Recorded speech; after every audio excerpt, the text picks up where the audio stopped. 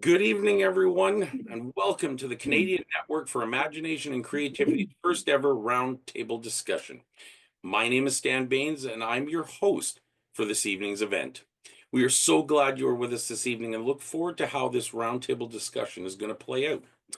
As always, it is a great pleasure for us on the committee to be back in this hour-long gathering place in our video conferencing world to engage with you, to see where we each see creativity and imagination playing out in our worlds, how we incorporate them into our daily lives, and where we see the possibilities of what we can do when we free our minds to explore and wonder. Our goal here at Scenic is to see creativity and imagination from the different backgrounds we come from, the different angles that we see them from, and to create and foster open, forward-thinking dialogue.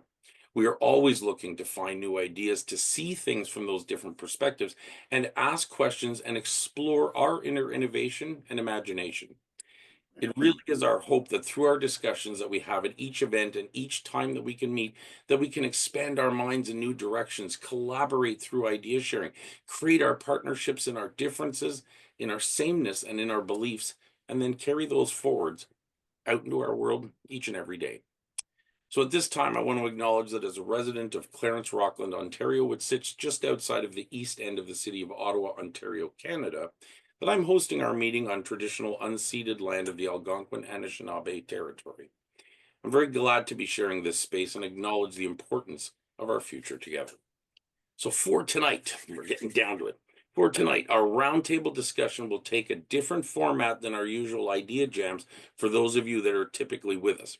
We will be having 3 guest speakers this evening from different backgrounds and places who are going to debate the question, what is the future of creativity? Once they've had their debate for around 20, 25 minutes or so, we're going to open the floor for your discussions and questions and see what we can discover together this evening. So as you can see, Zoom is our platform of choice for this discussion. So Zoom allows you to participate in many different ways. It has built-in controls that allow you to raise your hand so that I can see you when you want to join the conversation. You can add things into our chat function, which helps to keep the ideas and thoughts flowing, excuse me.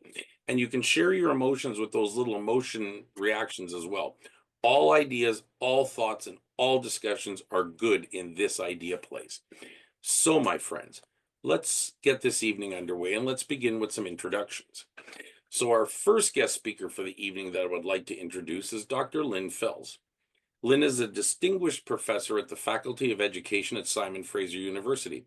Her main research and accomplishments include performance and writing inquiry, collaborative performance in the arts and in life, and acute insight into the Centers for Creativity Accomplishment. Welcome, Lynn, and where are you starting from tonight? I'm starting from Vancouver, recognizing and very grateful for being on the unceded territories of the Musqueam. And I am very, very honored to be invited to speak to the future of creativity. I would like to start off by saying I think we're doomed. I think we're doomed as soon as we understand that it's prompt engineers who are invited to create the images. If we do not change that name to prompt artists, we are in trouble. I'd like to mention Hannah Arendt in these times in terms of her understanding that the, the future is already determined by our past and that there is a gap, and that gap is a present. And so what really matters when we're thinking about the future of creativity is to attend to what's happening here and now in the present. And I am thinking of right now that giant industrial press that is coming down, if you've seen the ad, coming down, down, crushing bass cellos and paintings and sculptures and pianos, crushing, crushing, crushing, resulting in, ta-da, the new and latest Apple AirBook, right? As opposed to opening up. And so that the idea that we can think about creativity being inside the computer is problematic. I would like to share with you my experience in terms of creativity as not being a noun, but as a verb. being one of resisting, being one of nourishing, being one of calling into presence our individuality, our uniqueness, who we are, and most importantly, awakening the child within us. And so I'll just share briefly what happened 3 weeks ago.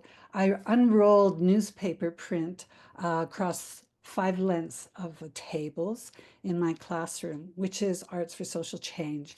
And I had um, paints and markers and crayons, and I invited the 23 people in the room to just decide what mattered the most and to draw. And so what mattered the most at that particular time were the seasons. And so we had 5 table lengths, and in the middle, space, the galaxies, stars. So we did summer, winter, spring and fall, and space. And from 5 o'clock to 7:15, the room was filled with young adults drawing, talking, painting. Way past our 6 o'clock um, dinner break to 7:15 when I said, maybe you're hungry. And what they talked about is how it felt to be children again, to be in conversation and play again. And so to limit us down to how we are here and now is, I think, a warning call. So, of course, in my university, to put anything up on a wall is a guerrilla tactic. So we put it up, all 5 tables lengths, it's about 25 feet, right at the entrance to the education building. And it is still there. And I see this painting as one of resistance because there are kind of like child's paintings, trees, mountains, forests, snowmen, suns with toques, butterflies, beaches, um, all one's heart's desire in the colors, primary colors of children. And subversively, there are coffee cups, different coffee cup shapes to speak to Persian, Israeli, the Middle East conflict, right? And I'm thinking children have invaded our education building. The child within was released briefly. And so, if we are to even think about creativity in the future, we need to find ways to awaken the child within us. And I'd like to pass it on to the next speaker. Excellent. Thanks, Lynn. What a great opening. We look forward to hearing more of that. Our next guest speaker for tonight is Tyler Simmonds. Tyler is an acclaimed filmmaker and keynote speaker. He's an award recipient who exemplifies leadership, courage, and authenticity in his craft. Tyler forges deep connections with his audience through storytelling and advocates for mental health and mindfulness.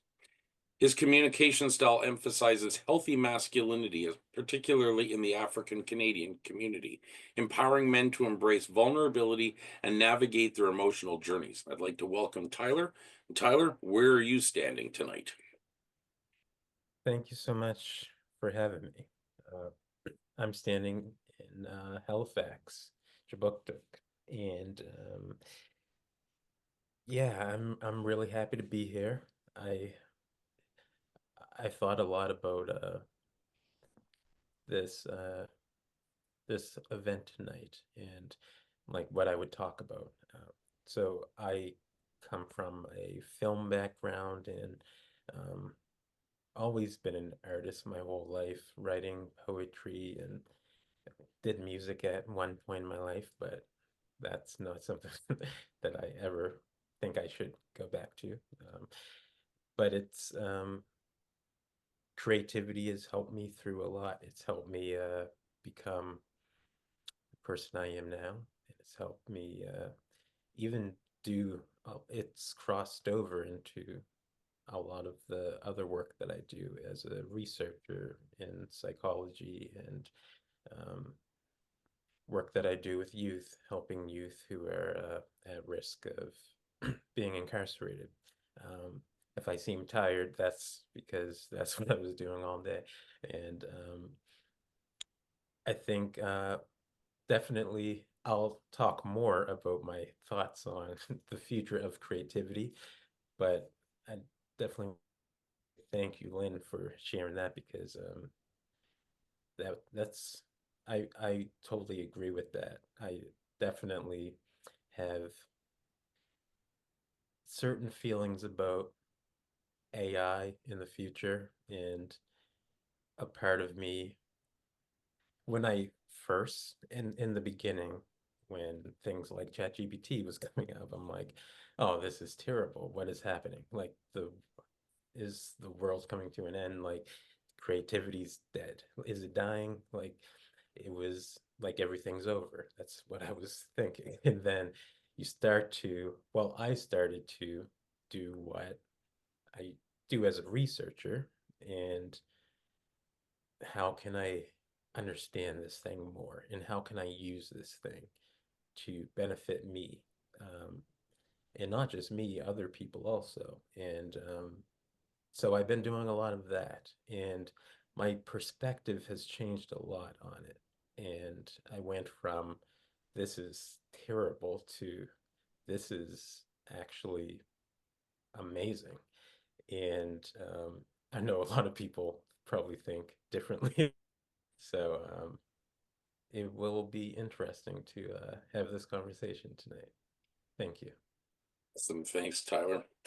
Our final guest speaker, and not the least, of course, is Dean Verger. Dean was in the business of arts, visual, musical, and theater via his Rasputin's Folk Cafe for 28 years. As a storyteller, he has performed on stages across Canada. These days at university, Dean guides his students in acts of learning through courses such as Psychology of Creativity. Welcome, Dean, and where are you coming from? I'm on Treaty 6 territory here in Alberta, specifically Edmonton. And outside it's cold, but sunny. So for me, it's 5 p.m. or a little bit after that. My day today was in the classroom, my last class with my students in the psychology of creativity, but I'm thinking also of the days when I ran the folk club, Rasputin's. And in the beginning, musicians in 1981 would come in and say, okay, I'm going to play music tonight. What music do you want me to play?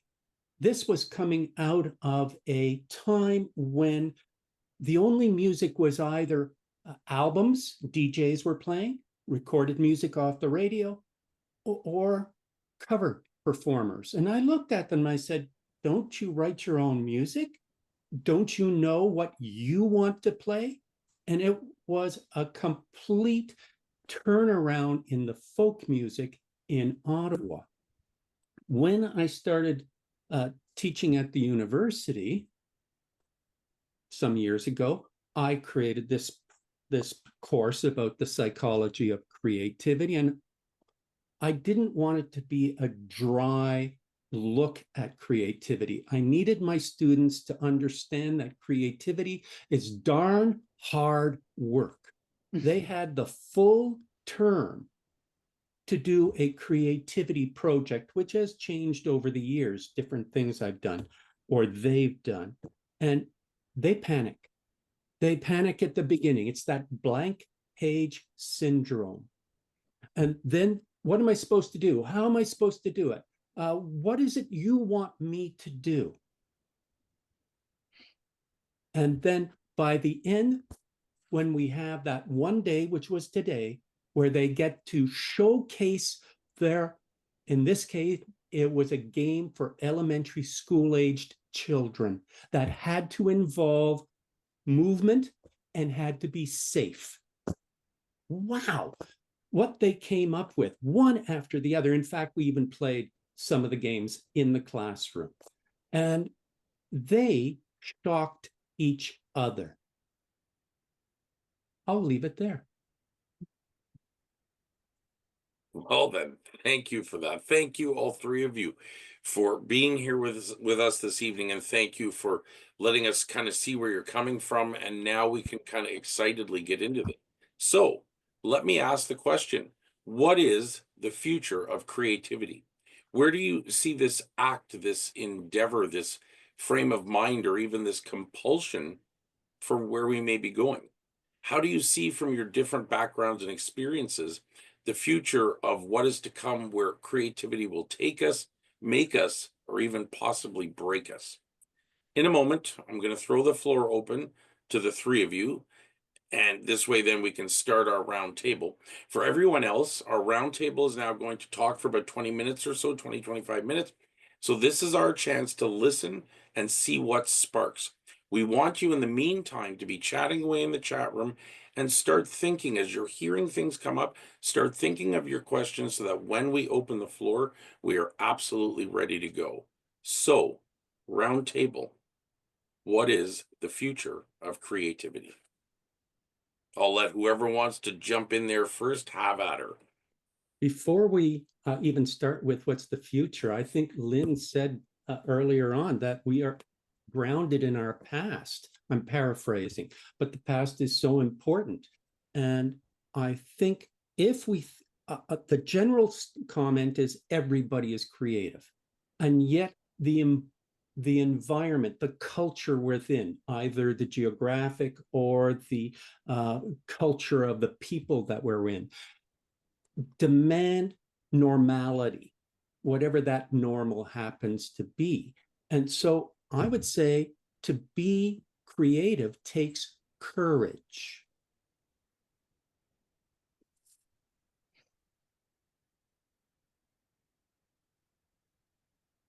All right, I'll jump in, Tyler, if I may.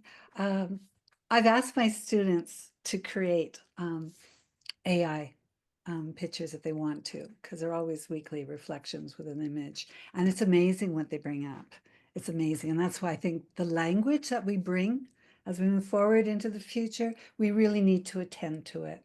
Because as I say, the term now is prompt engineers. And so the artist, the creative, has been written right out of that language. And I was thinking of the blank page. My son, he's an animator. He wrote an essay about the ski hill that hasn't been skied on first thing in the morning, the fresh snow, and that being his canvas, and skiing down first thing in the morning, and then riding the gondola back up and seeing the art of the ski and his journey in the artifact. I think we need to be able to see creativity and oh, it's such a noun, creative action, right? Mhm. Creative interruption, creative reimagining that calls us to attention. What you're talking about, Dean, is our environment and the structures. We're so colonized. We're so colonized that we do not even see the walls, right? And the language that performs us. So when I talk about creativity being an engagement of resistance, I truly believe that we need to do that. I hear too many times, I'm not an artist, I'm not a dancer, and yet we move, and yet we create. And children would never say that, right? I dance. So how do we, and Tyler, if I may, and you said music. No, I shouldn't do music, right? And I would say, why not? It's sound, right? But we are guilty for having, this is an old argument, made an expertise out of the arts. And so that it's difficult even to get administrators to come to a theater workshop or a dance workshop, for example, right? You have to change the language, a movement, exploration, and then surprise them with dance. So I think we have to be subversive if we're looking into creativity as having a future. I think we have to look to our children and see whether or not we are inviting them into the play of the arts. I feel like I'm standing on a soapbox. I'm so sorry. Oh, thank you. That's when I said that I shouldn't do music, it was because I think I sound terrible. Um, but I still do it, like just for fun. I will sing and stuff like that. But I mean, I'm not gonna do it in front of you guys or anything. Um, And I think the future of creativity from my perspective is it's really taking those things that we taking our past, our history, and all of those amazing aspects of the artists and the things that we've learned about true beautiful art and true beautiful creativity. And the reason why I say that that AI is amazing is because I see a future where we can keep that essence of us while simultaneously working alongside this artificial intelligence in a way that is like, instead of, because in the beginning I was like, it's trying to take over what, it's almost like, I feel like a lot of people feel that it's almost like it's trying to take over what we are, but it's us. It's like it gets its information from us. It gets all of it, everything about it is created by us. So once I started thinking in that way, I'm like, okay, this is just, it's really just something that is a wealth of information. If I want to learn about why I even get this feeling when I look at a Basquiat painting or something, I can go into ChatGPT, the paid version, but which is, I know, but I can do that and I can type in according to this book, tell me what was going through Basquiat's mind as he was writing this. And it's really just, I think that's how it can be used. It can be used in a way for learning. If I think us creative us creative people are very curious. I'm extremely curious. I want to know the answer to everything. I want to know the meaning to life. I want to know all of these things. I won't get most of the answers. It's really about the questions. But I can speak to AI and ask them what people before me thought about these things. It's it's not just giving me the factual information, it's giving me opinions and ideas, and it's it makes me think of like when I first and I mentioned Basquiat because when I first saw his documentary, it was I was in my early 20s, and I remember thinking, this guy is so much like me, like this awkward black guy who just somehow fits into every different little social circle and people, and he's awkward and he's self-conscious, but he still makes it work and people still like him for some reason. And that's how he felt about himself, and that's how I feel about myself a lot of the time. And I'm talking about John Mich John Michel Basquiat. And Mhm. he when I first saw his documentary, I remember something in me just clicking, and I'm like, if he can do this and be looked at as this person who is one of the greatest artists to live, like, I can I can at least try to do that. And I just came across that by chance. I think that with AI, it's this opportunity to let a machine, if you are brave enough to let a machine know who you are and figure out if there are others throughout history, great people that you can relate to, and you can use them as, for me, I've used people like Jean-Michel Basquiat as someone that was an inspiration for me and help me realize that I can be more than what I saw in the media, that media portrayed a Black man to be. Mhm. That was that for me. And so I see it differently. I think if every kid could just be able to go into their phone and say, this is how I feel on a day to day. I feel like an outcast. I feel like this. Like, is there someone throughout history that people respect and love that is similar to me? And then go down a rabbit hole. Like, I think that's a possibility. And also just with working in like psychology research, there's so much that's happening with AI on that side also. And also there's like things are so much faster now. Even with ASD, like autism spectrum disorder, it's like there's just so many developments happening now and so fast, and we're understanding things a lot faster than we would have in the past.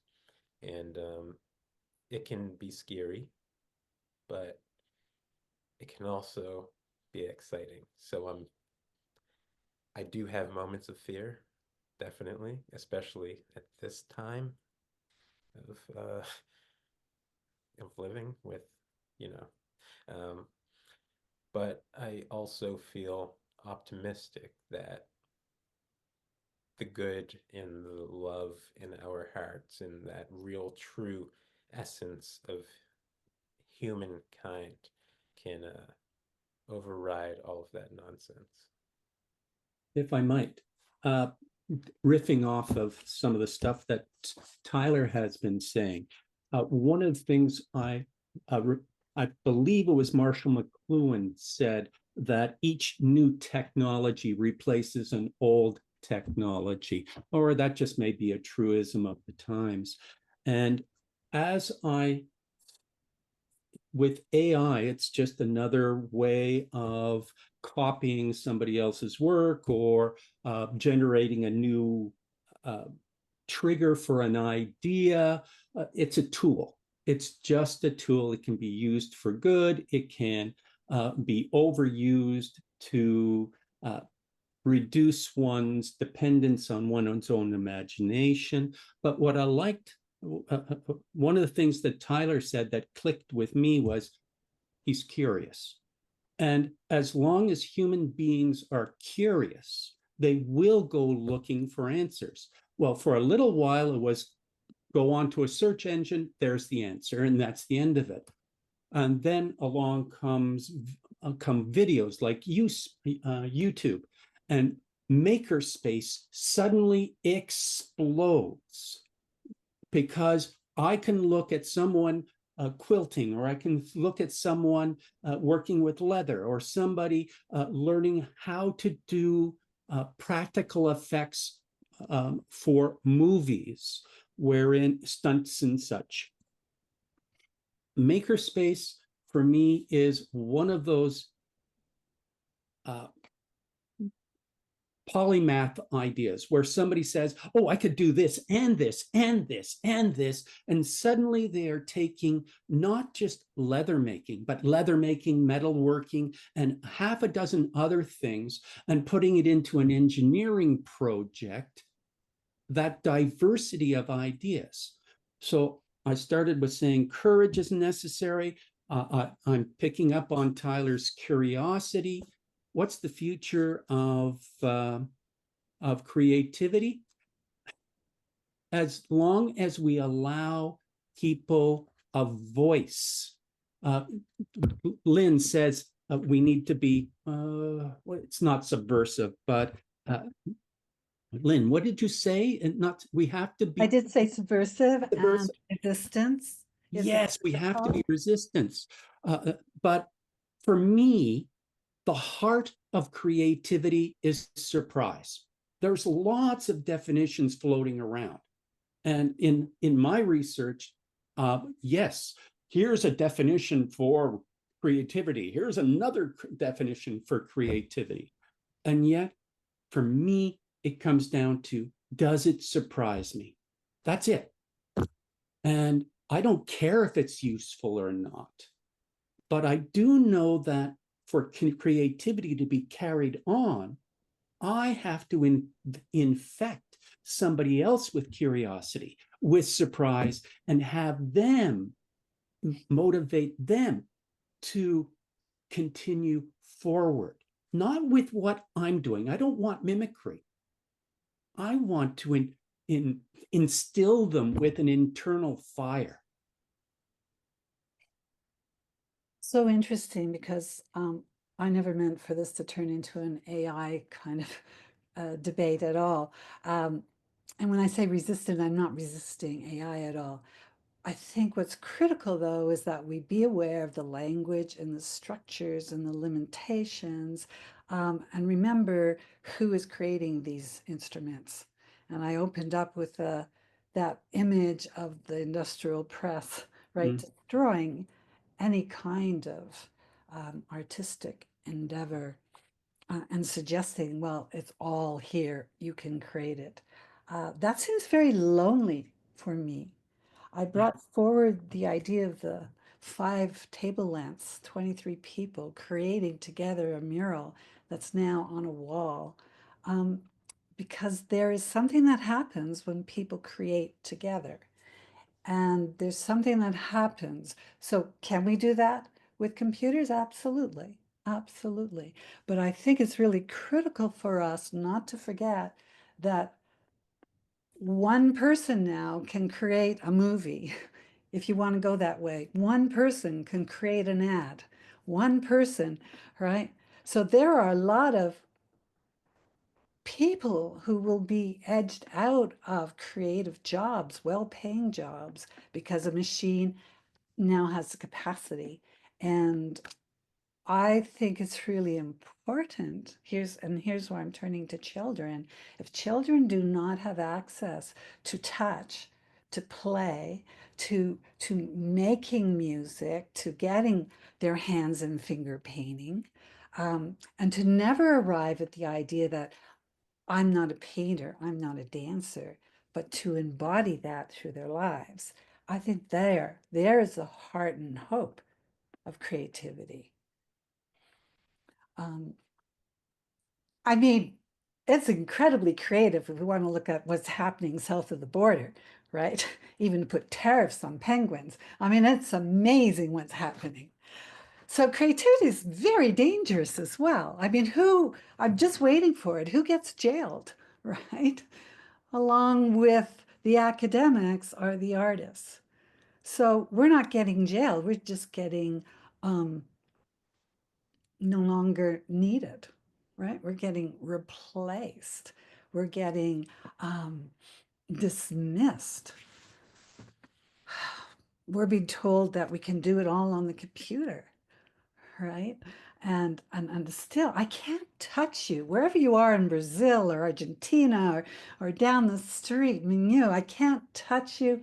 I can't hold you. I can't dance with you. And if we lose the very physicality of creativity, then I think we are in danger of losing ourselves. Yes.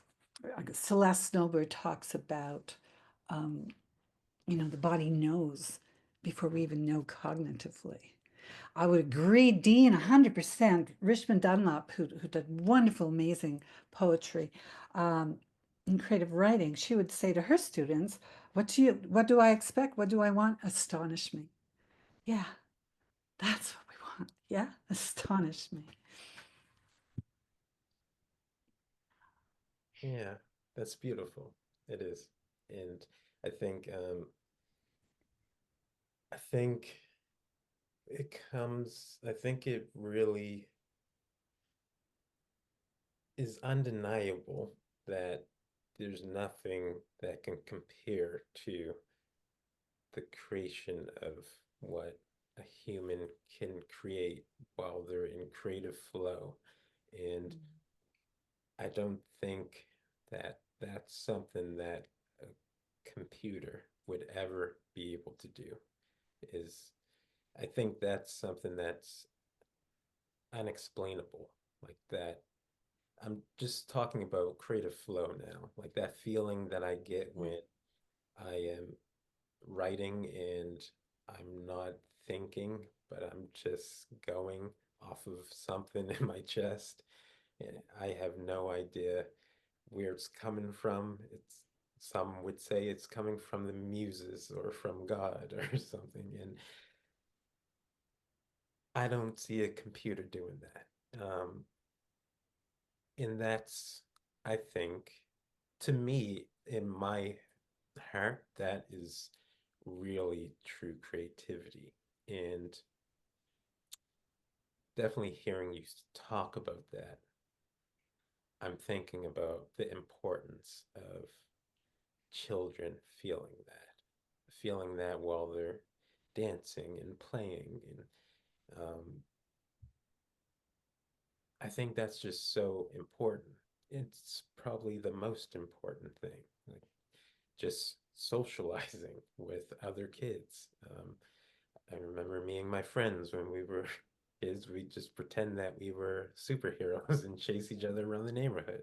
Like, Yeah. you can't do that on a computer. Like, you can play a game, but you can't actually feel the wind while you're running down the street chasing that friend and trying to find them behind a tree or something like. And that's beautiful. I think I think definitely just hearing you guys talk is actually making me rethink how I entered this conversation a little bit, but it's also making me just remember how beautiful the human experience is. And yeah, that is scary to to feel like AI could take somebody's job who feels that in their heart while they're creating something. And I think I think where my head is right now, and this is all I'm just telling you exactly how I feel, but where my head is right now is that I think that human experience and that beautiful feeling that we can feel just through play, just through having fun or sharing experiences with others, that will always be the priority for me, and I hope it is for the rest of the world. And I want to encourage the rest of the world to prioritize that because even when I talk about developments in psychology and stuff with AI and how neuroscientists, like I'm reading these things about neuroscientists understanding things like autism more and just they're able to understand things better. It's the one thing about psychology, the one thing about any field, I think, that makes it work is having a heart behind it, like actual feeling and soul. And so I think I do love parts of AI that can help me, that can assist me. It's like an assistant at times.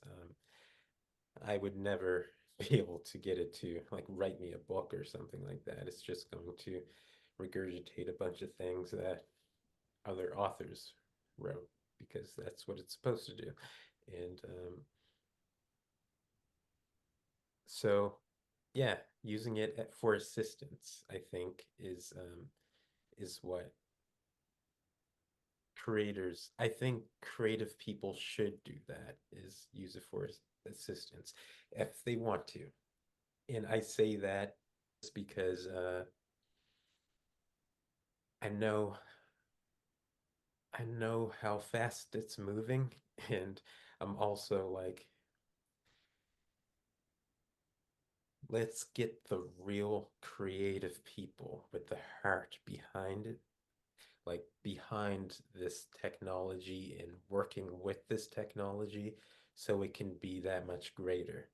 Instead of it's like Mark Zuckerberg on there like telling people how to be creative or something. Like, let's get real, true creative people with hearts and care about humanity to start writing into these things and working on these things, and maybe the world can actually benefit from it, you know. Yeah. If I might add, we've used as examples here the arts, as if that's what creativity is sequestered to. It's over there in the arts. No, our creativity is about life, our relationships with each other, workspace, how we deal with everything. In fact, it's a way of thinking. It's more than all the activities. It's how we think. Let me give you a quick example, and then I think Stan wants to bring us elsewhere. And that's, in my class, I gave the example of a pregnant woman at work in many workspaces, standing at a line, doing widgets, and having to go to the bathroom because she's pregnant. And the manager saying, it's not your time. And I asked my students, what should they do? And they all came up until this, lots of ideas. And the one that got everybody to stop and think was, move her station closer to the bathroom. It's a way of thinking about problems and how we can make solutions that work for myself, for other people, whether it's in the arts, business, anything. Stan, I think you want in.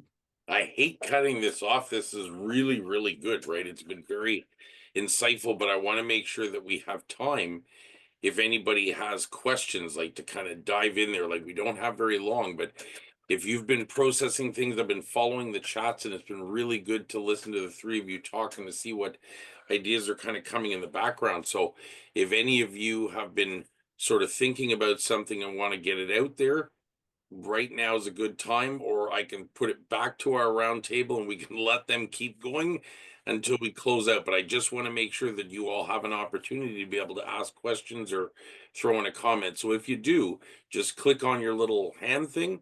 And if I don't see anybody, we're going to let them keep talking, because I am very engaged in this right now, as I'm sure you guys are too. We're all happy listening. All right, team, keep going then, right? Have at her. I'll let you know when we're running out of time. Well, Dean, if I may, I think we take it beyond thinking. Unless you mean thinking with our bodies, with our way of being in the world. There's a complexity, right? There's this huge relational complexity. The latest word now in education is entanglement, drawing from agential realism and Karen Berard, which, I mean, the trouble with being in education is we're like magpies, we steal anything shiny. So entanglement, but we are incredibly entangled with all of us here and all the ideas. And yes, the chat is absolutely brilliant. So Stan, please make a copy and send it to me. That would be amazing. A way of being in the world. And I totally agree. It's like performance, and people think performative inquiry, it's always thought, oh, you mean like theater and drama and on the stage. And I go, no, no, no. We perform in our lives, right? This performance is here and now. And it's a very entangled. So what I'm hearing is, how do we decolonize? How do we recognize addiction? How do we recognize the well-being? So I'll go back to you, Tyler, in terms of the well-being, right? The arts is a way of entering into well-being, the work you do with your youth. Diane Conrad works with youth in juvenile courts. residences, creating plays. And it's about, as you say, Dean, voice, agency, being awake to how we're being performed in the world. That's kind of the most critical thing that I can offer is how are we being performed by our environment, our language, our institutions, the structures. Yeah. Before you answer that, Tyler, I'm just going to throw it over to Fred for a second because I see he's got his hand up. Thank you. I was just triggered by Lynn and thinking of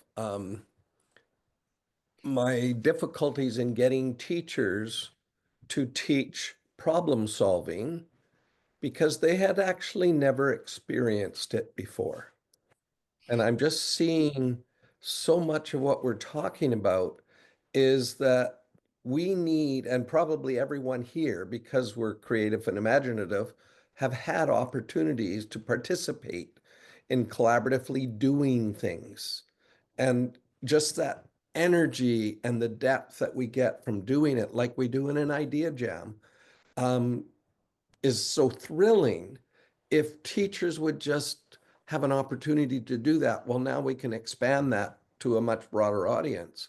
We need to get us all opportunities to do things together. Like I was directing camps, and several of us would be writing up skits the night before, and there'd be a crowd around us, and the energy of designing the humor and drawing in life around us and putting it back out was just so empowering and enjoyable. And people were missing their bedtimes because they wanted to be a part of the process, even if it's on the periphery. So I think we need to have those spaces, sort of like a fishbowl activity where four adults maybe are parsing a poem and the students are watching and learning how our thought processes work and how we interact with our life and how we draw these things in. Or if we ad lib a book together, where we just pick up on each other's ideas and weave it together like that, sort of like making music. For many of you that have learned this through that avenue, we don't have as many collaborative art projects like Lynn opened with tonight.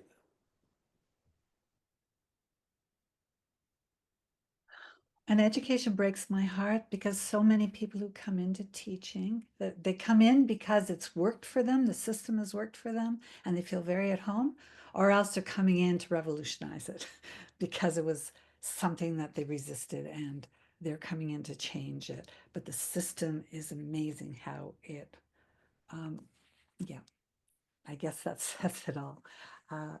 If you don't have the experience, right, or you've forgotten play, then you will comply and you can't share with children if you haven't experienced yourself. And that's what I do in my classes with teachers at the, and then the master's level is, all right, we're going to create art. We're going to do a role drama. We're going to dance. We're going to, and there's resistance. Yeah, a different kind of resistance, but within resistance is a new kind of learning and something arrives that they've forgotten or never experienced.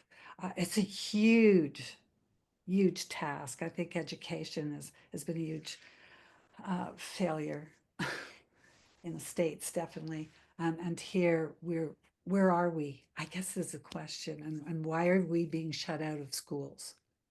That's a huge question to ask, right? Here in Vancouver, we're no longer in elementary schools for music programs. We no longer have the art teacher. Drama, there's no one there. Like, and yes, the arts are everywhere and creative ways of being and thinking, critical thinking, problem solving. There used to be play. Go out into the schoolyard and get out of my hair while I clean up the classroom. But the benefits of play are all of the things that Lynn has talked about. They interact socially, they create their own games, they problem solve, they have to develop their social skills, the allyships. And there is a misunderstanding that the more time you spend learning who the prime minister was in 1867 and 1967, the smarter you are. Critical But pre- that is actually a false paradigm. I hate cutting in because this always is so good. But we're down to our last like 4 minutes. So I want to give each of you 1 minute to give us your final sum up. And then unfortunately we need to close for the evening, but man, are we ever engaged. So why don't I start with you, Tyler? Final thoughts. I'm so glad that I came to this tonight and was able to talk to all of you. Dean and Lynn, you're both amazing, and thank you for sharing everything that you have shared. I when I when I think about the future of creativity and where things are now in just society, like I'm not even gonna just think about just art, like painting and stuff, like just society, how things are. Like we know the person who lacks creativity, um, the person who just wants to have power. He's the president of the United States. Like that type of person. Those we don't want to be like those people. We want to be.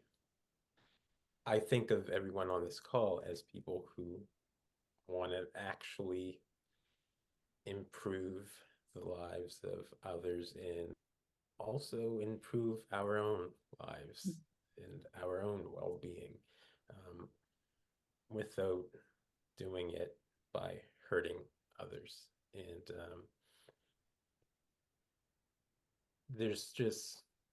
it's such a big topic, the future of creativity. In thinking about the past, there's amazing creative people, but there's also some tragedy and some terrible things. Talk about colonization. There's a ton of that. It's still happening. And I think me having this conversation and coming from where I'm from and knowing about my family's background from North Preston and the things that they've been through, at a certain point, I think the reason why I'm like, okay, there's this AI thing now, and yeah, it's kind of pissing me off, but also, you know what? How about I just be like, okay, I think I know what they're trying to do here. Let me take this and let me flip it, because if you know about the Black community, that's something that we do very well. And so that's what I'm trying to do. I'm trying to get us to be like, okay, they're trying to just push us out. You know what we're going to do? We're going to make the best of it.